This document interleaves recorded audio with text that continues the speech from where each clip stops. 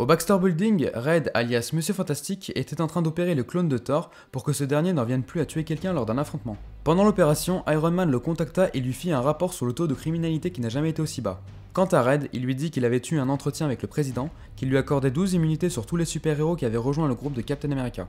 Le reste devra passer devant le juge. Pendant ce temps, le Punisher était dans l'immeuble en pleine mission d'infiltration pour le compte de Captain America. Il était là pour récupérer le maximum d'informations sur le complexe numéro 42, la prison de la zone négative, là où étaient enfermés les super-héros en désaccord avec la loi. Le Punisher réussit à les trouver et informa Captain que ça allait être compliqué de les faire évader.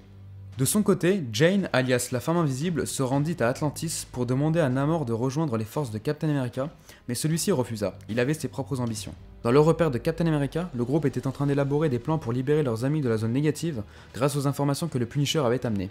Black Panther avait rejoint le groupe de Captain suite à ce qui était arrivé à Goliath, qui l'avait beaucoup perturbé. Le groupe se préparait à se mettre en route lorsqu'arrivèrent deux super vilains dans la base secrète. Ils voulaient rejoindre les rangs de Captain America, mais le Punisher les tua à la seconde où il les aperçut. Horrifié par ce qu'il venait de voir, Captain alla mettre une raclée au Punisher avant de l'expulser du groupe. Au pôle Nord, dans un sanctuaire, le Docteur Strange était toujours en train de jeûner. Il espérait qu'il n'y aurait pas trop de sang versé ce soir-là. Dans la prison de Rikers Island, les soldats du SHIELD se firent neutraliser par l'équipe de Captain America qui venait de s'infiltrer discrètement grâce au pouvoir de la femme invisible.